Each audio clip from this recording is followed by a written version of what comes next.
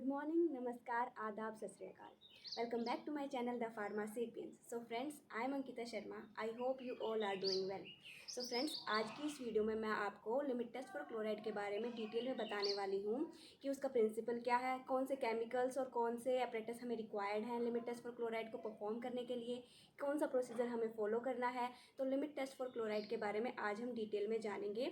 So if you learn from this video, please like, share and subscribe my channel and press the bell icon so that you can get notified of every upcoming new video. So without any delay, let's get started to our video. आज की इस video में हम अपना पहला limit test for chloride के बारे में डिस्कस करेंगे।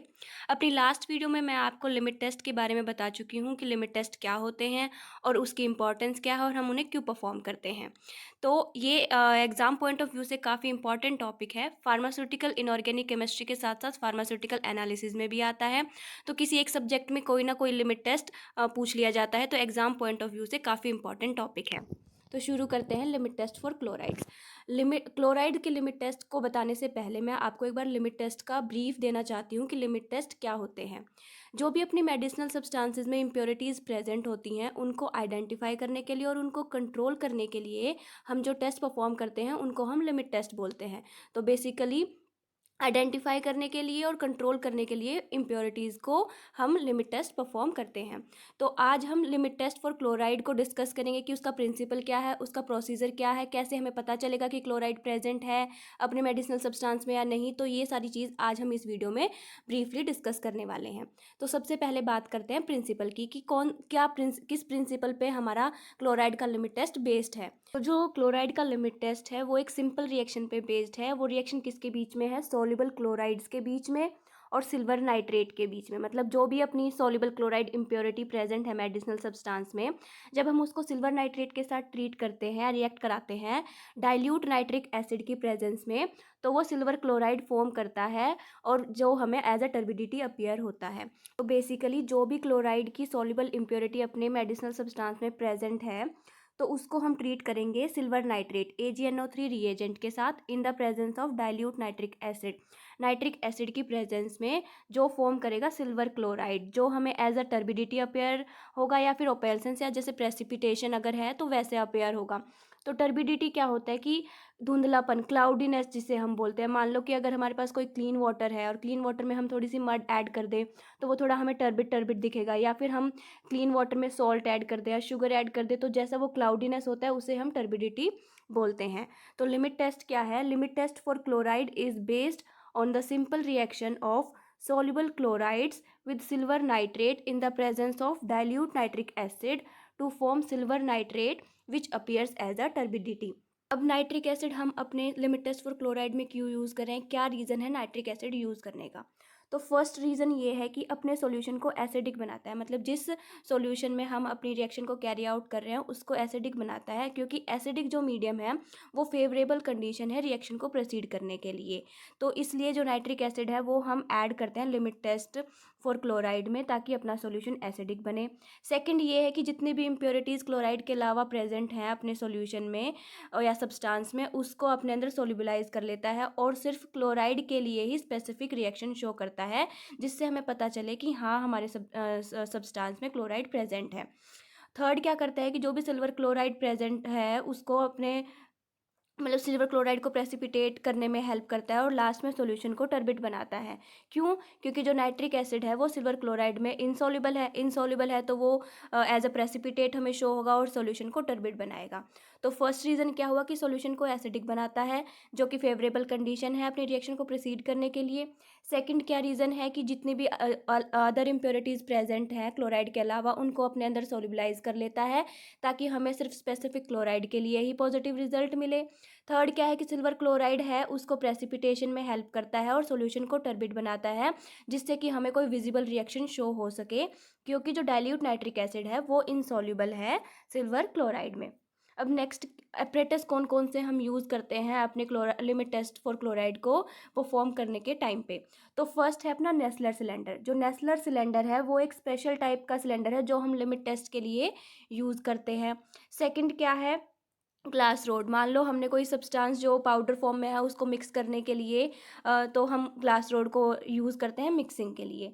मेजरिंग सिलेंडर की अगर हमें कोई क्वांटिटी मेजर करके लेनी है तो हम उसके लिए मेजरिंग सिलेंडर यूज़ करते हैं। नेक्स्ट है स्टैंड। अब हमें थोड़ी देर के लिए अपनी जो रिएक्शन को प्रोसीड होने के लिए उसको साइड में रखना पड़ता है, तो हम स्टैंड में अपने नेस्लर सिलेंडर को रख के उसको साइड में रखते हैं। तो हम ये अपरेटस यूज़ करते हैं। फर्स्ट है अपना नेस्लर सिलेंडर, देन है ग्लास रोड, देन है मेजरिंग सिलेंडर और स्टैंड।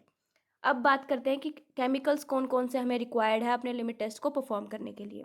तो फर्स्ट है अपना डाइल्यूट नाइट्रिक एसिड 10%, सेकंड है सिल्वर नाइट्रेट 5% एंड थर्ड है सोडियम क्लोराइड। अब डाइल्यूट नाइट्रिक एसिड हम कैसे बनाएंगे? ये जो क्वांटिटीज़ हैं ये 1000 ml के लिए हैं, हम इनको कम क्वांटिटी के हिसाब से भी बना सकते हैं अपनी लैब में। तो 1000 ml के लिए हम 106 ml concentrated nitric acid dissolve करेंगे 1000 ml में। सिल्वर नाइट्रेट को कैसे बनाएंगे कि 5 ग्राम सिल्वर नाइट्रेट लेंगे 100 ml इन डिस्टिल्ड वाटर, तो अपना 5% सिल्वर नाइट्रेट का सोल्यूशन फॉर्म हो जाएगा।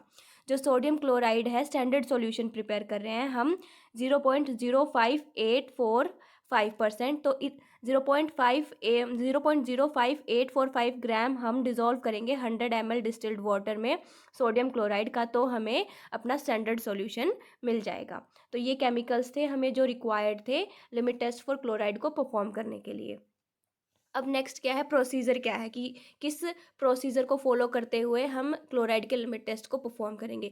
तो जितने भी हम लिमिट टेस्ट के प्रोसीजर फॉलो करते हैं वो हम फार्माकोपिया को फॉलो करते हुए, जो अपनी इंडियन फार्माकोपिया अपनी रेफरेंस बुक है उसको फॉलो करते हुए परफॉर्म करते हैं।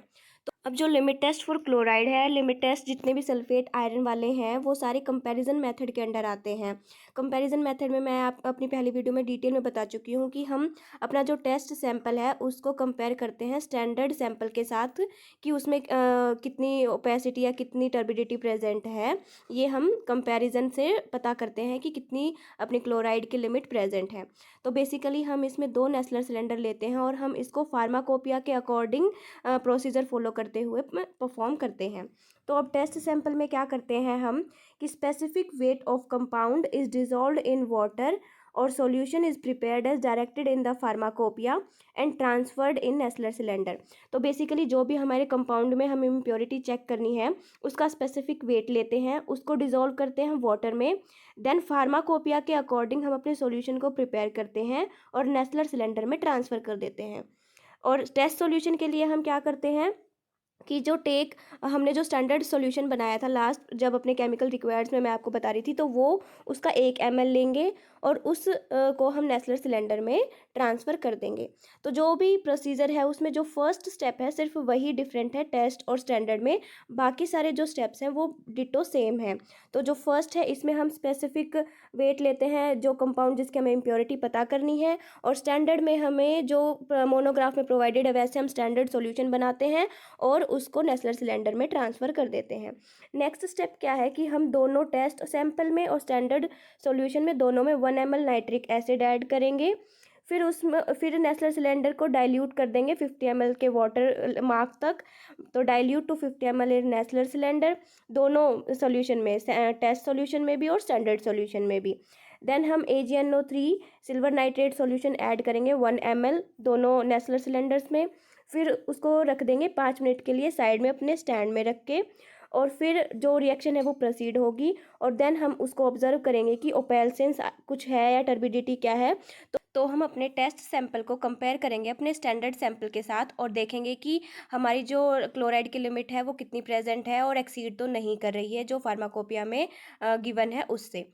तो जो टेस्ट और स्टैंडर्ड 2 सॉल्यूशन है इनमें सिर्फ जो फर्स्ट जो पॉइंट है वही डिफरेंट है। इसमें हम स्पेसिफिक वेट लेते हैं अननोन कंपाउंड का और इसमें हम लेते हैं नॉन कंपाउंड का और नेस्लर सिलेंडर में ट्रांसफ़र करते हैं। Then 1 ml nitric acid add करते हैं दोनों में, फिर हम उसको 50 ml तक डाइल्यूट कर देते हैं। देन उसमें हम AgNO3 सॉल्यूशन डालते हैं 1 ml दोनों में, फिर हम उसको 5 मिनट के लिए साइड में रख देते हैं और फिर हम उसको ऑब्जर्व करते हैं ओपेल्सेंस और टर्बिडिटी के लिए।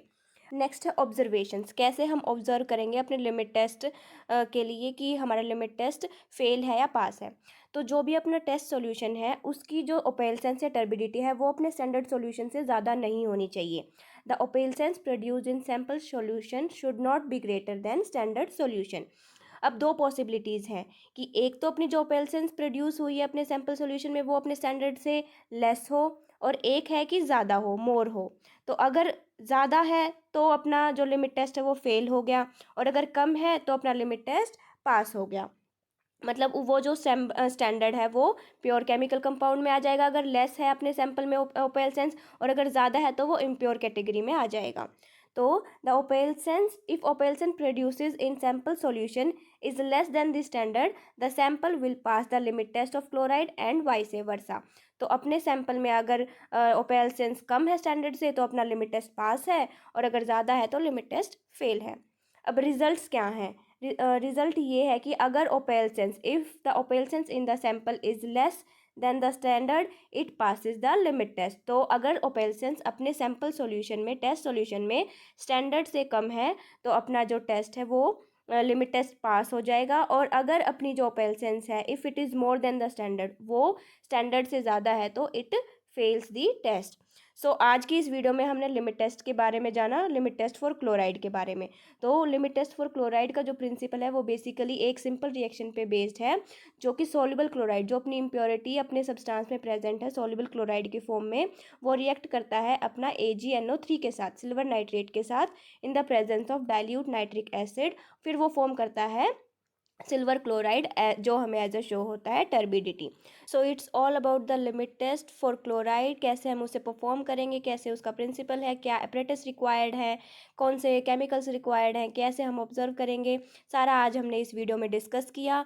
नेक्स्ट हम वीडियो लाएंगे सल्फेट के लिमिट टेस्ट के ऊपर, तो आप मेरे चैनल को सब्सक्राइब कर लीजिए और बेल आइकन को प्रेस कर लीजिए, जिससे कि आपको सारे लिमिट टेस्ट की वीडियोज़ ईजिली मिल जाएंगी। And stay tuned for more videos. Thank you.